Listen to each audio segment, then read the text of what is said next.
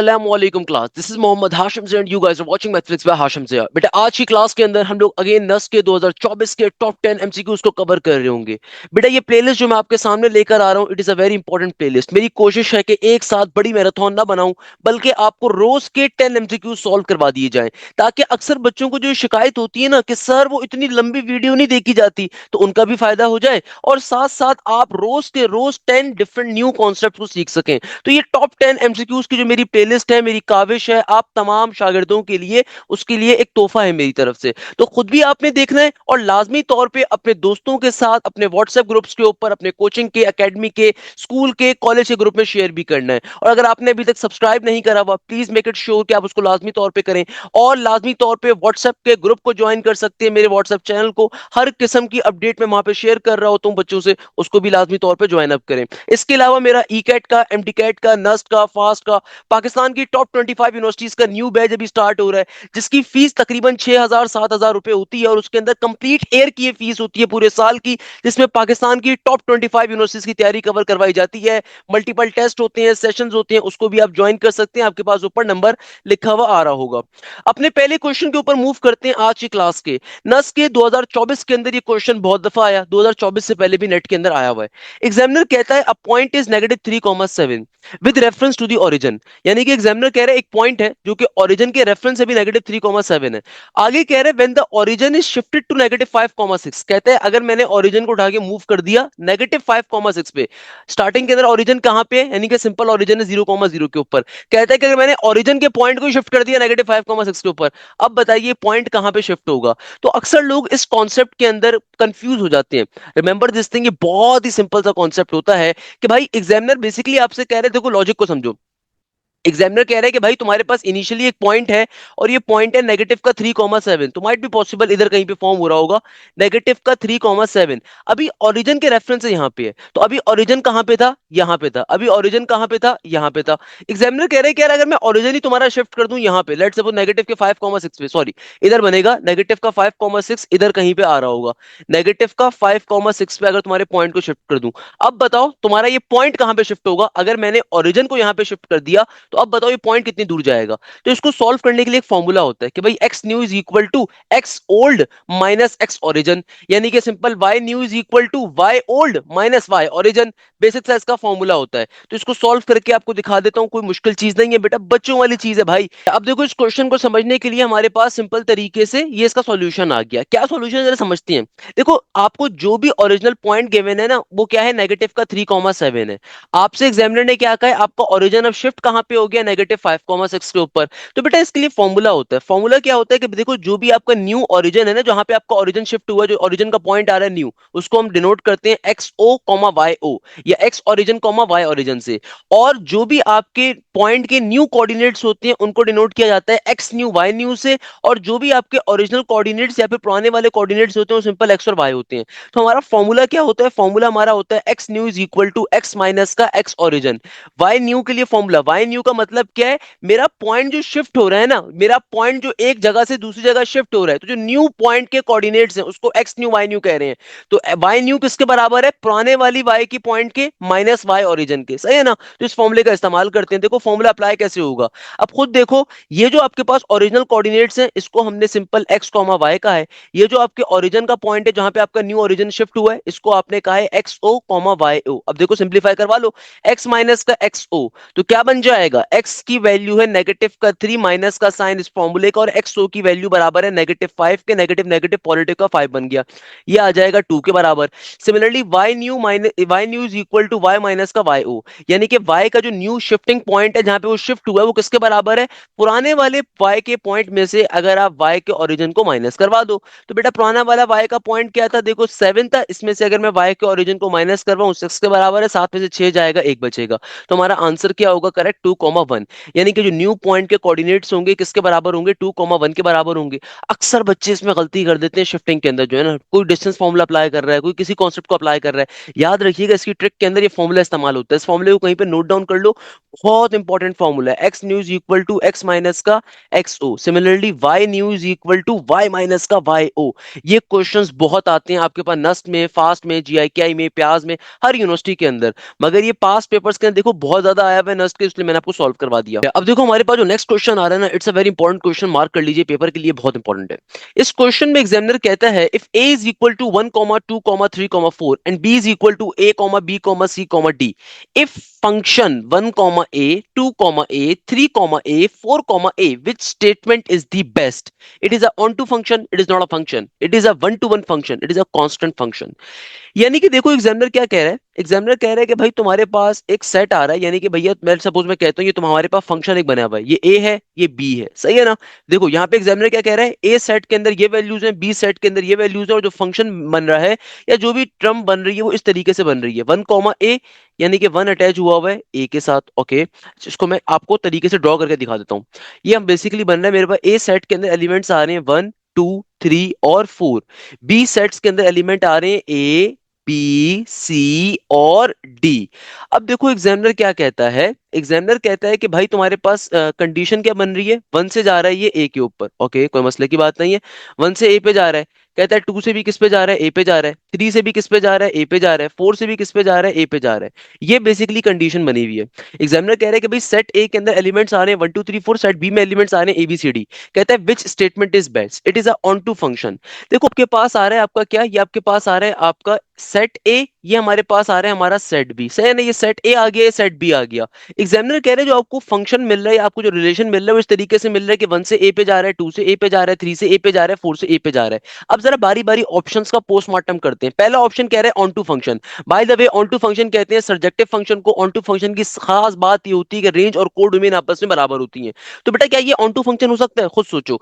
Surjective function या on to function की बुनियादी कंडीशन ये होती है कि आपको तमाम की तमाम इमेजेस आपकी यूटिलाइज होनी चाहिए। यानी कि भाई अगर आपके पास दो सेट्स आ रहे हैं, एक सेट से दूसरे के ऊपर आपको फंक्शन मिल रहा है, यानी कि आप इनपुट दे रहे हो, उसका कोई आंसर आपको मिल रहा है, तो तमाम आंसर यूटिलाइज होने चाहिए थे ना। यहाँ पे सिर्फ एक एलिमेंट यूटिलाइज हो रहा है, बाकी बी सी डी यूटिलाइज नहीं हो रहा, तो ये कभी भी ऑन टू फंक्शन नहीं हो सकता। क्योंकि बेटा फंक्शन कहते हैं कि आप जब इनपुट देते हो तो आपको एक यूनिक आउटपुट मिलता है। तो इस केस के अंदर देखो यहाँ पे आपके इनपुट सारे यूटिलाइज हो रहे हैं, मगर आउटपुट आपका सिर्फ एक यूटिलाइज हो रहा है। ऑन टू के अंदर बुनियादी कंडीशन ये होती है कि तमाम के तमाम आउटपुट यूटिलाइज होने चाहिए, तो ऑन टू फंक्शन तो नहीं हो सकता। अच्छा, नेक्स्ट केस के अंदर एग्जामिनर कहता है क्या ये फंक्शन नहीं है, नहीं ये फंक्शन है। क्योंकि बेटा देखो हर इनपुट के ऊपर एक आउटपुट मिल रहा है, तो फंक्शन तो है। यानी कि भैया it is a valid function, क्योंकि आपको सिंगल रिजल्ट मिल रहा है हर इनपुट के लिए। भाई फंक्शन की बुनियादी कंडीशन ही क्या होती है कि हर इनपुट के ऊपर आपको आउटपुट मिलना चाहिए, पहली चीज। दूसरे नंबर के ऊपर यूनिक इनपुट होना चाहिए, यानी कि भैया तुम बटन क्रॉस दबाओगे तुम्हें आउटपुट मिलेगा उसका, नॉर्मल सी बात है। तो भाई फंक्शन तो है, यानी कि ये भी करेक्ट आंसर नहीं हो सकता, it is not a function. Examiner कह रहा था ऑप्शन नंबर बी में क्या फंक्शन नहीं है, नहीं फंक्शन तो है ये, मगर कौन सा फंक्शन है। आगे कहता है 1, 2, 1 फंक्शन, तो साफ तौर पर दिख रहा है 1, 2, 1 तो नहीं है कम से कम, क्योंकि 1, 2, 1 पे क्या होता है, हर इनपुट पे एक आउटपुट होता है, हर इनपुट पे एक आउटपुट होता है, हर इनपुट के ऊपर एक आउटपुट होता है। यानी कि भैया सिंपल जो है ना आपके पास पर्टिकुलरली 1, 2, 1 तो नहीं है। तो भाई लास्ट में कौन सा बचता है, कांस्टेंट फंक्शन। कांस्टेंट फंक्शन का मतलब क्या होता है कि आप जो भी इनपुट दो ना उसके ऊपर आपको आउटपुट हमेशा सिमिलर मिले, उसको कहते हैं कांस्टेंट फंक्शन। बिकॉज देखो आप कोई भी पर्टिकुलर इनपुट डालोगे ना आउटपुट हमेशा हमारा सिमिलर रहेगा, जो कि किसके बराबर होगा, ए के। तो करेक्ट आंसर क्या है, करेक्ट आंसर है option number D, it is a constant function. By the वे मैंने बहुत डिटेल के अंदर फंक्शंस को और उसकी तमाम टाइप्स को एक्सप्लेन किया हुआ है, उसको लाजमी गो थ्रू करिएगा। उसमें मैंने तमाम बातें समझाई थी बहुत डिटेल के अंदर, बाइजेक्टिव क्या होता है, सर्जेक्टिव क्या होता है, इंजेक्टिव क्या होता है, 1, 2, 1, 1, 1 क्या फंक्शंस होते हैं, क्या होती है रेंज, क्या होती है कोडोमेन एंड सो ऑन। जो नेक्स्ट क्वेश्चन आ रहा है again it's a very interesting question, algebra का आ रहा है। देखो नस्ट का कोई भी जो पेपर होता है ना बेटा, उसमें सारी क्वेश्चन इंटीग्रेशन डेरिवेटिव के नहीं होते भाई, हर तरह का क्वेश्चन आपको मिलेगा, मिक्स क्वेश्चन होगा वहां पे। यानी कि देखो यहाँ पे एग्जामिनर क्या कह रहा है, यहाँ पे एग्जामिनर बेसिकली आपसे कह रहा है कि क्वेश्चन आ रहा है अंडर रूट के अंदर एक्स स्क्वायर प्लस का 9 प्लस का रूट के अंदर एक्स स्क्वायर माइनस का 7। नीचे डिवीजन में आ रहा है रूट के अंदर एक्स स्क्वायर प्लस का 9 माइनस का रूट में एक्स स्क्वायर माइनस का 7 इक्वल टू 4। एग्जामिनर कहते हैं एक्स की वैल्यू बताइए किसके बराबर होगी। अब देखो इस क्वेश्चन को सॉल्व कैसे करेंगे, इस क्वेश्चन को सॉल्व करने की लॉजिक क्या है, ट्रिक क्या है कि यार आपके पास देखो यहाँ पे ऑप्शंस के अंदर चार ऑप्शंस मौजूद हैं। यहाँ पे ऑप्शंस के अंदर मेरे पास चार ऑप्शंस आ रहे हैं, इनमें से आपने बारी बारी क्या करना है, हिट एंड ट्राई मेथड का इस्तेमाल करना है। यानी कि मैं कोई भी एक ऑप्शन उठाऊंगा, उसको उठा के क्वेश्चन में प्लॉट अप करूंगा और चेक करूंगा क्या left hand side right hand side के बराबर आती है। अगर तो आ जाएगी तो मेरा वही आंसर होगा, इट्स अ नॉर्मल थिंग। अगर तो आ जाएगी तो मेरा वही आंसर होगा, it's a very normal thing, आपको परेशान होने की जरूरत नहीं है उसके ऊपर। तो हम बारी बारी ये वाला काम करने के ऊपर मूव करेंगे और फिर देखेंगे कि भाई किसके ऊपर left hand side right hand side के बराबर आ रही है। जिसके ऊपर आएगी ना बेटा वो हमारा क्या होगा, फाइनली करेक्ट आंसर होगा। ये लॉजिक होती है इन क्वेश्चंस की and it's a very normal thing. अभी देखते हैं, जैसे लेट सपोज देखो ऑप्शन नंबर ए आ रहा है 4, तो मैं कंसीडर करता हूं कि 4 करेक्ट आंसर है। तो जहां जहां एक्स आ रहा है वहां 4 को प्लॉट कर दीजिए। तो क्या बन जाएगा, देखो 4 का स्क्वायर होता है 16 के बराबर, प्लस का 9 रेडियस का रेडियस, फिर प्लस का साइन अंडर रूट के अंदर, अगेन एक्स स्क्वायर माइनस का 7 है, तो चूंकि मैं ऑप्शन नंबर ए पे भी सेटिस्फाई करके चेक कर रहा हूँ, तो क्या बन जाएगा 4 का स्क्वायर 16, 16 में से 7 को माइनस करवा दो, नीचे डिवीजन में क्या हो जाएगा, अगेन एक्स स्क्वायर प्लस का 9, तो 16 प्लस का 9 क्या होता है, 16 प्लस का 9 25 होता है, माइनस का साइन और रूट के अंदर 16 माइनस का 7, 16 में से 7 निकालोगे तो 9 बचेगा। तो देखो ऊपर भी सेम वैल्यू आ रही है, नीचे भी सेम आ रही है, और प्लस माइनस का डिफरेंस आ रहा है। 16 प्लस का 9 रूट में क्या होता है, रूट के अंदर 16 प्लस का 9 करोगे रूट 25, और रूट 25 बराबर होता है 5 के, प्लस का साइन, अगेन देखो रूट के अंदर आ रहा है 16 माइनस का 7, 16 में से 7 निकालूंगा तो 9 बचेगा, और रूट 9 बराबर होता है किसके, 3 के, नीचे डिवीजन में भी सही काम है, यही काम हो रहा है, तो रूट 25 बराबर है 5 के, और रूट 9 बराबर है किसके, 3 के। 5 प्लस का 3 क्या होगा, 6 7 8, 8 के बराबर होगा, 5 में से 3 निकालोगे किसके बराबर होगा, 2 के, 2 वन जार 2 होता है, 2 फोर जार 8 होता है, यानी कि इसका मतलब क्या, ऑप्शन ए ही करेक्ट है, क्योंकि देखो हमने जब इस पर्टिकुलर एक्स की वैल्यू को अपने क्वेश्चन में डाला, हमने लेफ्ट हैंड साइड के ऊपर इस वैल्यू को प्लॉट करा, तो मुझे राइट हैंड साइड की वैल्यू 4 मिल गई, यानी कि भाई यही हमें आंसर चाहिए था ना। तो इसका मतलब क्या है, हमने जो वैल्यू डाली उसको डालने के अंदर यहाँ पे जो वैल्यू थी और यहाँ पे जो वैल्यू थी सेटिस्फाई हो गई। एग्जामिनर ने आपसे क्या मांगा हुआ था, एक्स की वैल्यू मांगी हुई थी ना, आप कोई और ऑप्शन डाल के चेक कर लो, उसमें कभी भी सेटिस्फाई नहीं होगी, यानी कि लेफ्ट हैंड साइड के बराबर नहीं आएगा। तो देखो यहाँ पे मेरे पास, जब मैंने इस ए की जो भी वैल्यू थी, जब मैंने इसको क्वेश्चन में डाला, तो मेरे पास जो लेफ्ट हैंड साइड पे वैल्यू थी वही राइट हैंड साइड पे आ गई। इसका मतलब ये ऑप्शन क्या कर रहा है, सेटिस्फाई कर रहा है, हिट एंड ट्राई मेथड क्या हो गया, सक्सेसफुल हो गया। That's the logic of this question. बेटा अब देखो हमारे पास जो नेक्स्ट क्वेश्चन आ रहा है, इस क्वेश्चन में एग्जामिनर कह रहा है find the equation of the ellipse with centre at the origin vertex at 3,0 and focus at 2,0। यानी कि देखो इस क्वेश्चन में एग्जामिनर साहब फरमा रहे हैं कि भैया तुम्हें क्या निकालना है, आपको इक्वेशन ऑफ एलिप्स कैलकुलेट करनी है, आपका सेंटर आ रहा है ओरिजिन के ऊपर। वेरी गुड यार, ये अच्छी बात इसने बता दी, हमें बता दिया कि सेंटर कहां पर है, ओरिजिन के ऊपर है। ओके, यानी कि एच कॉमा के 0 है। आगे कहता है तुम्हारा जो वर्टेक्स आ रहा है ना, आपको जो वर्टेक्स का पॉइंट है वो किसके बराबर है, 3,0 के। ओके, अच्छा आगे कह रहे हैं फोकस का पॉइंट क्या आ रहा है, फोकस का पॉइंट आ रहा है आपके पास 2,0 के। देखो एलिप्स के केस के अंदर वर्टेक्स डिनोट होता है किससे, ए से, तो यानी कि मुझे कौन सी वैल्यू गिवन है, a,0 की, प्लस माइनस a,0 की में वैल्यू गिवन है। It's a very normal thing. अब देखो क्वेश्चन के अंदर हमें कैसे पता चलेगा मेजर एक्सिस कहां पर है, ऊपर है, नीचे है, एक्स पे है, वाई पे है, कहां है। तो साफ तौर पे देख रहे हैं कि देखो चूंकि एक्स वाली टर्म्स की वैल्यूज गिवन है मुझे, तो इसका मतलब क्या है कि भाई major axis along the x axis. तो यानी कि मैं क्या कह सकता हूं, मुझे ये वैल्यू गिवन है प्लस माइनस a,0 की, प्लस माइनस का a,0 किसके बराबर है, 3,0 के बराबर है। सिमिलरली फोकस का पॉइंट अगर 2,0 है, तो इसका मतलब क्या है, प्लस माइनस का c,0 किसके बराबर आ रहा है, ये आ रहा है सिंपल तरीके से बेटा 2,0 के, प्लस माइनस 2,0 के। कोई मुश्किल बात थोड़ी है इसके अंदर। देखो जितनी बातें आपको गिवन होती है ना, सबसे पहले हमेशा उतनी बातों के ऊपर एटलीस्ट बेसिक स्ट्रक्चर को डिफाइन कर दिया करो। एग्जामिनर ने क्या कहा, एग्जामिनर ने कहा कि भैया तुम्हारे पास जो है तुम्हारे पास फोकस का पॉइंट गिवन है, वर्टेक्स का पॉइंट गिवन है, कोई मसले की बात नहीं है, कोई चिंता की बात ही नहीं है। हमने वर्टेक्स देख लिया, हमने अपना फोकस देख लिया। अब मुझे निकालना क्या है, सबसे पहले तो बेटा हमें निकालना है यहाँ पे बी, क्योंकि जब तक बी नहीं होगा हम equation of the ellipse calculate नहीं कर सकते। अब बी निकालने के लिए फॉर्मूले का इस्तेमाल करना पड़ेगा, इलिप्स की रिलेशन होता है। इलिप्स का रिलेशन क्या होता है कि बेटा c square is always equal to a square minus का बी स्क्वायर। सी बराबर है 2 के, तो सिंपल तरीके से बन जाएगा 2 का स्क्वायर, ए स्क्वायर की वैल्यू है 3 के बराबर, ही बन जाएगा 3 स्क्वायर, फिर आगे माइनस का बी स्क्वायर। सी स्क्वायर का मतलब क्या होता है, 4 के बराबर, 3 का स्क्वायर 9 है, फिर आगे आ गया माइनस का बी स्क्वायर। इसको अगर मैं सिंप्लीफाई करवा दूं तो क्या बन जाएगा, माइनस का बी स्क्वायर वहां पे जाएगा, प्लस का बी स्क्वायर बन जाएगा, ये हो गया 9 का 9 माइनस का 4। 9 में से 4 को अगर बेटा माइनस करोगे ना, तो 9 में से जब 4 माइनस अप होगा तो जाहिर सी बात है क्या बन जाएगा, ये आ जाएगा 5 के बराबर। तो हमारे पास सिंपल बी स्क्वायर की वैल्यू आ गई किसके बराबर, 5 के बराबर। यानी कि बी की वैल्यू किसके बराबर होगी, b will should be equal to under root 5, b आ जाएगी। बी किसके बराबर होगा बेटा, बी बराबर होगा सिंपल अंडर रूट 5 के बराबर होगा। अब देखो हम लोगों ने जब ये वाला काम कर लिया, अब सिंपल तरीके से हम इक्वेशन ऑफ इलिप्स को कैलकुलेट करने पे जाएंगे। इक्वेशन ऑफ द इलिप्स कैसे निकाली जाएगी, मुझे साफ तौर पे दिख रहा है कि मेरा मेजर एक्सिस कहां पर है, हमारा मेजर एक्सिस आ रहा है एक्स के ऊपर। तो जाहिर सी बात है हमारे पास इलिप्स की इक्वेशन क्या बन जाएगी, इलिप्स की इक्वेशन हमारे पास आ जाएगी एक्स स्क्वायर डिवाइडेड बाय ए स्क्वायर, फिर आगे क्या हो जाएगा, आगे हो जाएगा पॉजिटिव का y square divided by b square equal to 1। तो बेटा देखो ऊपर तो एक्स स्क्वायर का एक्स स्क्वायर रहेगा, नीचे ए स्क्वायर। ए स्क्वायर की वैल्यू क्या है, देखो ए स्क्वायर, ए की वैल्यू अगर 3 है तो जाहिर सी बात है ए स्क्वायर क्या होगा, ए स्क्वायर होगा 9 के बराबर। फिर आगे क्या है, वाई स्क्वायर का वाई स्क्वायर, और नीचे आ जाएगा बी स्क्वायर। बी स्क्वायर देखो बेटा किसके बराबर है, 5 के बराबर है, तो यहाँ पे 5 आ गया, इक्वल टू के बाद 1 का 1। अब इसको फर्दर सिंप्लीफाई करवाना पड़ेगा, तो यहाँ पे सिंपल एलसीएम ले लोगे। एलसीएम लेना सारे बच्चे जानते हैं ना कैसे लेंगे। बेटा देखो नीचे वाली टर्म्स को नीचे मल्टीप्लाई करवा दोगे तो 5 9 नीचे आ गया 45। ये 5 जाके क्रॉस में मल्टीप्लाई होगा, ये बन जाएगा 5x स्क्वायर। 9 जाके अपने क्रॉस में मल्टीप्लाई होगा तो जाहिर सी बात है क्या बन जाएगा, ये बन जाएगा पॉजिटिव का 9y स्क्वायर इक्वल टू के बाद 1। ये टर्म देखो यहाँ पे डिवाइड हो रही है, वहां पे आके मल्टीप्लाई हो जाएगी। तो ये क्या बन जाएगा, ये बन जाएगा 5x स्क्वायर प्लस का 9y स्क्वायर इक्वल टू के बाद 45। तो ये मेरा फाइनल आंसर होगा। चेक कर लो कहाँ पे आ रहा है, 5x स्क्वायर प्लस का 9y square, 5x square plus का 9y स्क्वायर इक्वल टू 45। तो ये आ रहा है ऑप्शन नंबर ए, ए के ऊपर, ए फॉर एप्पल। एप्पल माने सेब, सही है ना। क्वेश्चन क्या हो गया हमारा, सॉल्व हो गया। इस तरीके से क्वेश्चन फाइनली सॉल्व हो गया। बच्चों वाली चीजें क्या मुश्किल बात है। अच्छा नेक्स्ट क्वेश्चन हमारे पास और इंटरेस्टिंग आ रहा है। ये वाले क्वेश्चन ज्योमेट्री की होते हैं बेटा। इस क्वेश्चन में देखो एग्जामिनर कह रहा है एरिया ऑफ द स्क्वायर बराबर है 625 मीटर स्क्वायर के, देन इट्स पैरामीटर। देखो मैंने आपको शायद पहले भी बात पढ़ाई थी, दोबारा पढ़ा देता हूँ। पैरामीटर कहा जाता है दुनिया में कोई भी क्लोज शेप फिगर होती है उसके तमाम साइड्स के सम को पैरामीटर कहते हैं।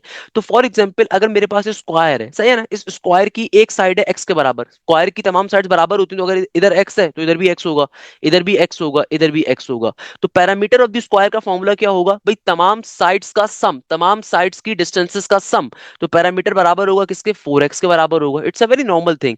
पैरामीटर का फॉर्मूला क्या होता है, पैरामीटर का formula question to question change होता है। जैसे ट्राइंगल है उसमें 3x होगा, तीनों साइड्स का सम।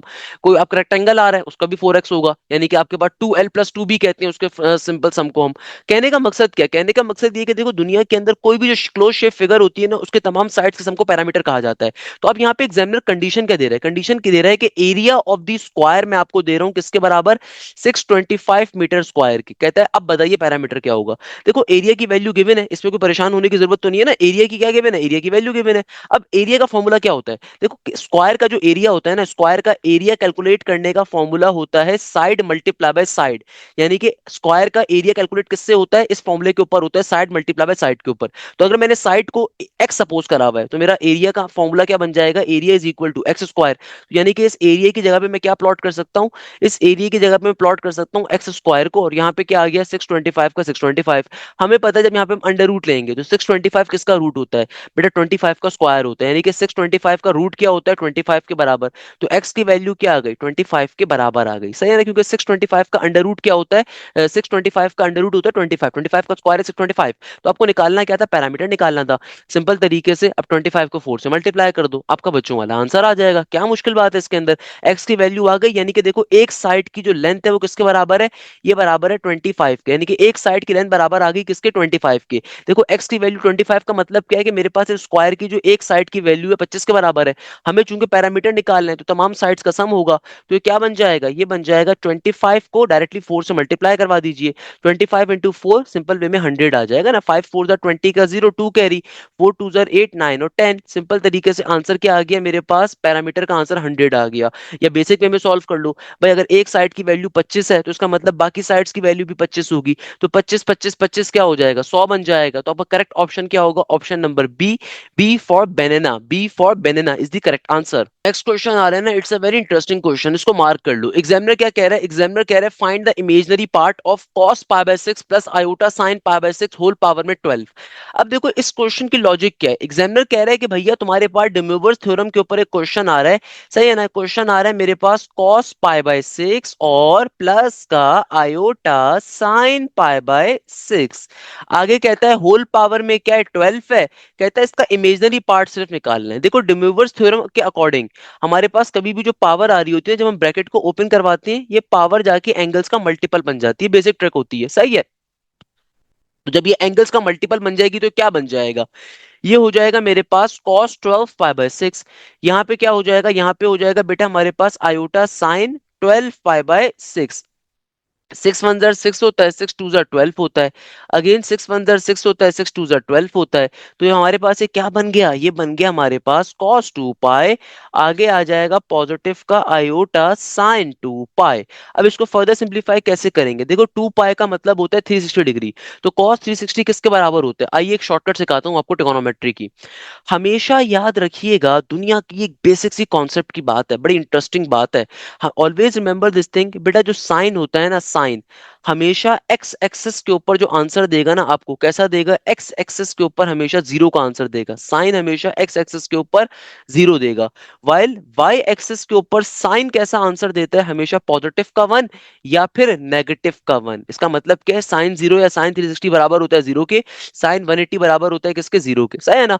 वाइल वाई एक्सिस का मतलब क्या है, क्वाड्रेंट एंगल क्या होता है, 90 डिग्री या 270, 90 डिग्री के ऊपर वन मिलेगा, 270 के ऊपर आपको क्या मिलेगा, 270 के ऊपर नेगेटिव का वन मिलता है। वाइल कॉस में इसका उल्टा काम होता है। कॉस जो होता है ना बेटा, कॉस ये एक्स एक्सिस के ऊपर हमेशा आपको प्लस का वन या फिर नेगेटिव का वन देता है, और कॉस जो वाई एक्सिस के ऊपर आंसर देता है ये हमेशा जीरो देता है वाई एक्सिस के ऊपर। अब आप सोच रहे हो कि सर ये क्यों पढ़ाया आपने, बेटा अभी आपको समझ में आएगा। ये बेसिक ट्रिक्स होती है बेटा, ये आपको मेरे लेक्चर्स के अंदर बहुत मिलेंगी। तो अगर आप चाहते हो आपकी तैयारी बहुत अच्छी हो तो लाजमी तौर पर आप बैच को ज्वाइन करो। इस बैच में आपकी पाकिस्तान की तमाम टॉप 25 यूनिवर्सिटी की तैयारी कवर करवाई जाएगी, उसके अलावा भी तैयारी शामिल होती है इसके अंदर। आप जितनी यूनिवर्सिटीज का टेस्ट देना चाहते हो उसके अंदर आप इस यूनिवर्सिटीज का टेस्ट दे सकते हो, चाहे वो नस्ट है, फास्ट है, यूईटी है, जीआई है, ये कॉमसेट है, लम्स है, प्यास है, एयर यूनिवर्सिटी है, एलईडी है, मेरान है, आईबीए है, दाऊद है, डीएचएस ऑफ है। There are lot of universities of Pakistan. जितनी यूनिवर्सिटीज की आप तैयारी करोगे उसके अंदर एक साल की फीस होती है और उसके अंदर आपकी कंप्लीट तैयारी कवर अप करवाई जाएगी, मल्टीपल टेस्ट होते हैं सो ऑन। तो बेटा देखो यहाँ पे क्या बन गया, cos 2 पाई। cos 2 पाई का मतलब क्या, cos 360, और हमें पता है cos 360 किसके बराबर होता है, cos 360 बराबर होता है पॉजिटिव के वन के, सही है ना। तो ये तो वन आ गया। फिर आगे है प्लस का आयोटा। साइन 360 क्या होता है, साइन 360 देखो बराबर होगा, यानी कि एक्स एक्सिस के ऊपर 360 का एंगल बनेगा ना, खुद नॉर्मल सी बात है भाई। 360 डिग्री का मतलब क्या है, यहाँ पे जाहिर सी बात है इधर बनेगा 360, यानी कि इधर लाई करेगा, कंप्लीट चक्कर पूरा हो गया। तो ये बराबर होता है किसके, जीरो के। यानी कि मेरा जो सिंप्लीफाइड फॉर्म में हमारा जो कॉम्प्लेक्स नंबर बनेगा वो क्या बनेगा, वन प्लस का जीरो आयोटा। तो एग्जामिनर ने क्या कहा था, इमेजनरी पार्ट बताओ, तो इमेजनरी पार्ट किसके बराबर है, यानी कि देखो रियल पार्ट वन है, इमेजनरी पार्ट जीरो है, तो मेरा इमेजनरी पार्ट क्या है, जीरो के बराबर। So correct answer will be option number b, b for banana. Question आ रहा है यार, क्वेश्चन नंबर 7। इस क्वेश्चन की लॉजिक को मार्क कर लीजिए, पेपर में बहुत ज्यादा पूछी जाती है। इस क्वेश्चन में एग्जामिनर कह रहा है find the equation of a line parallel to x axis 5 units below it. यानी कि देखो एग्जामिनर कह रहा है कि तुम्हें एक लाइन की इक्वेशन निकालनी है जो कि एक्स एक्सिस के पैरेलल है, ओके, और 5 यूनिट उससे नीचे है, कोई मसले की बात नहीं है।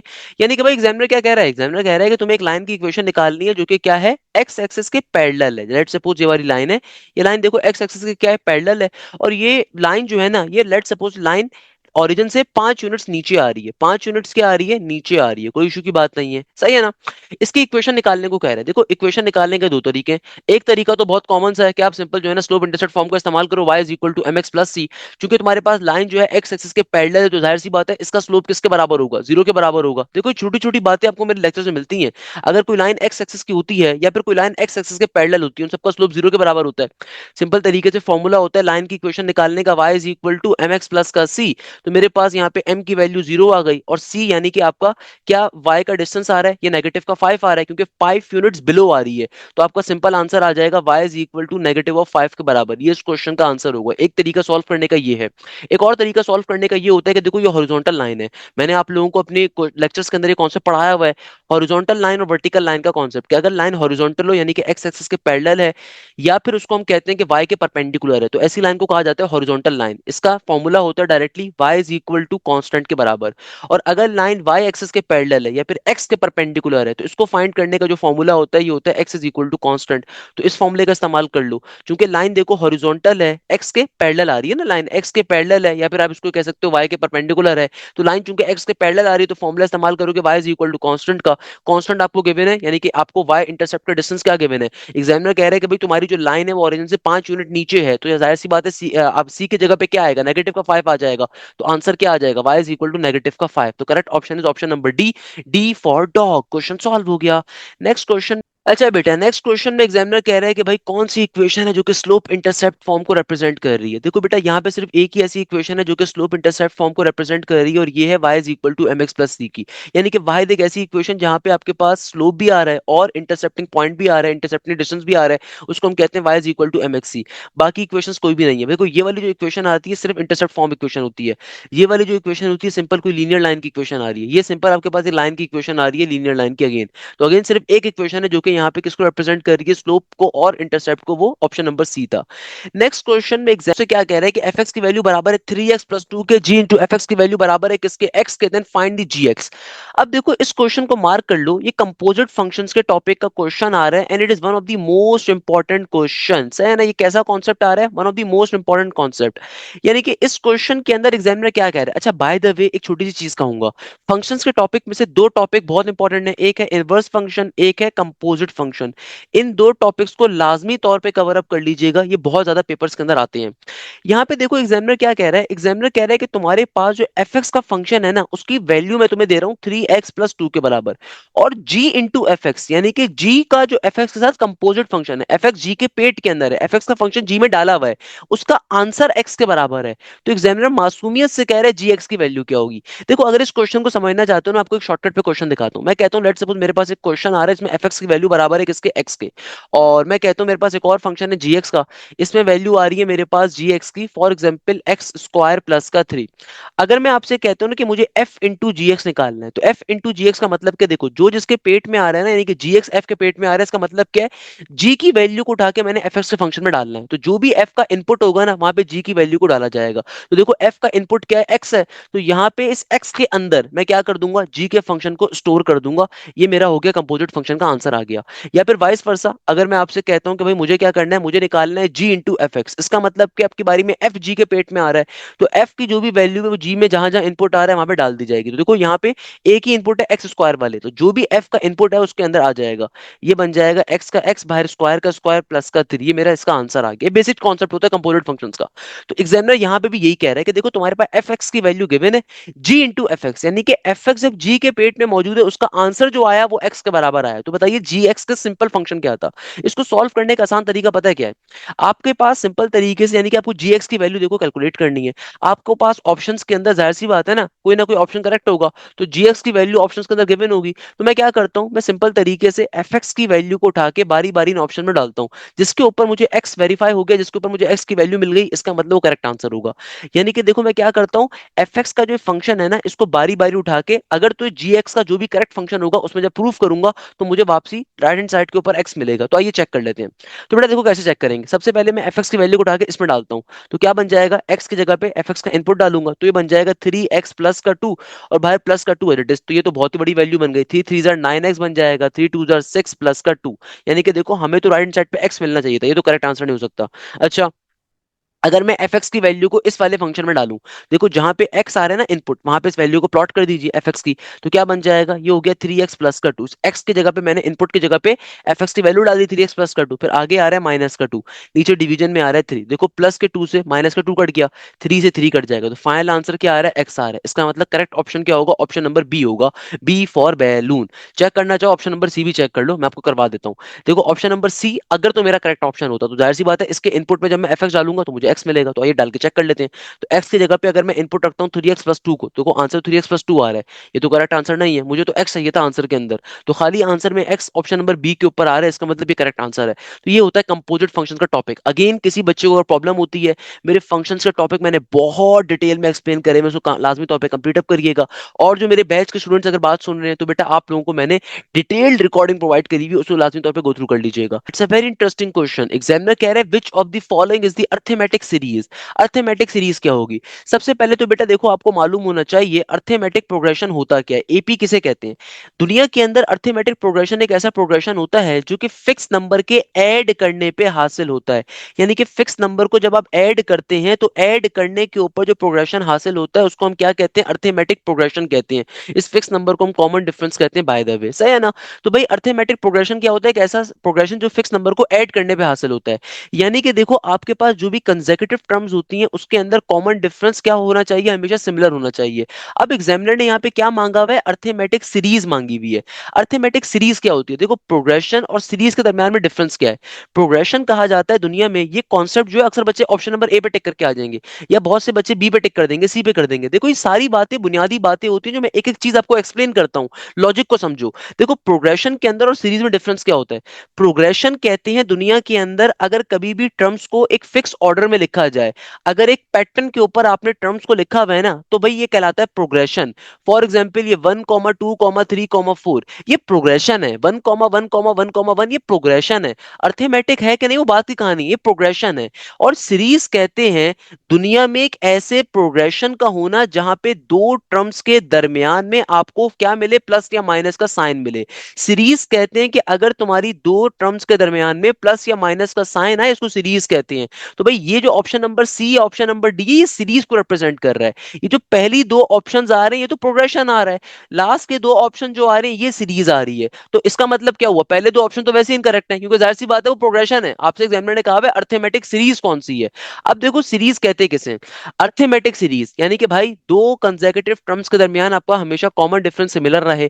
तो अब देखो पहली मेरे पास ऑप्शन आ रहा है 1+1+1+1+1+1, इन दोनों में से करेक्ट आंसर क्या होगा। देखो सीरीज चूंकि आ रहा है तो सीरीज का मतलब क्या होता है, कंसेक्यूटिव टर्म्स के दरमियान में आपके क्या होना चाहिए, पॉजिटिव या नेगेटिव का साइन। तो सीरीज खाली ये दो आ रही है, इनमें से करेक्ट आंसर कौन सा है, लॉजिकली सोचो।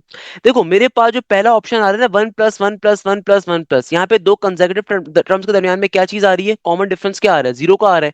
यहाँ पे भी जीरो का आ रहा है, यहाँ पे भी जीरो का आ रहा है। तो ये कभी भी सीरीज अर्थमेटिक सीरीज नहीं है, ये ट्रेडिशनल सीरीज तो हो सकती है मगर it is never arithmetic series. Arithmetic series की बुनियादी टाइप ही क्या होती है भाई, अर्थमेटिक सीरीज के अंदर आपकी जो कंसेक्यूटिव टर्म्स होती हैं वो हमेशा कांस्टेंट रहनी चाहिए। सही है ना। यहाँ पे क्या हो रहा है, तमाम की तमाम वैल्यूज सिमिलर हैं और कॉमन डिफरेंस क्या है, जीरो का है। तो ये अर्थमेटिक सीरीज थोड़ी है, तो नॉर्मल आपकी टिपिकली कोई भी आपके पास पर्टिकुलरली क्या हो रही है, आपकी कोई ट्रेडिशनल सेंस के अंदर आपकी सीरीज आ रही है, ये कांस्टेंट सीक्वेंस आ रहा है आसान भाषा के अंदर, ये वो तो नहीं आ रही कम से कम। क्योंकि देखो यहाँ पे दो कंसेक्यूटिव टर्म्स के दरमियान में क्या आ रहा है, कॉमन डिफरेंस जीरो का आ रहा है, और ना ही आपकी सीरीज चेंज हो रही है, आपकी सीरीज तो कांस्टेंट है 1+1+1+1+, तो ये कभी भी करेक्ट आंसर नहीं होगा।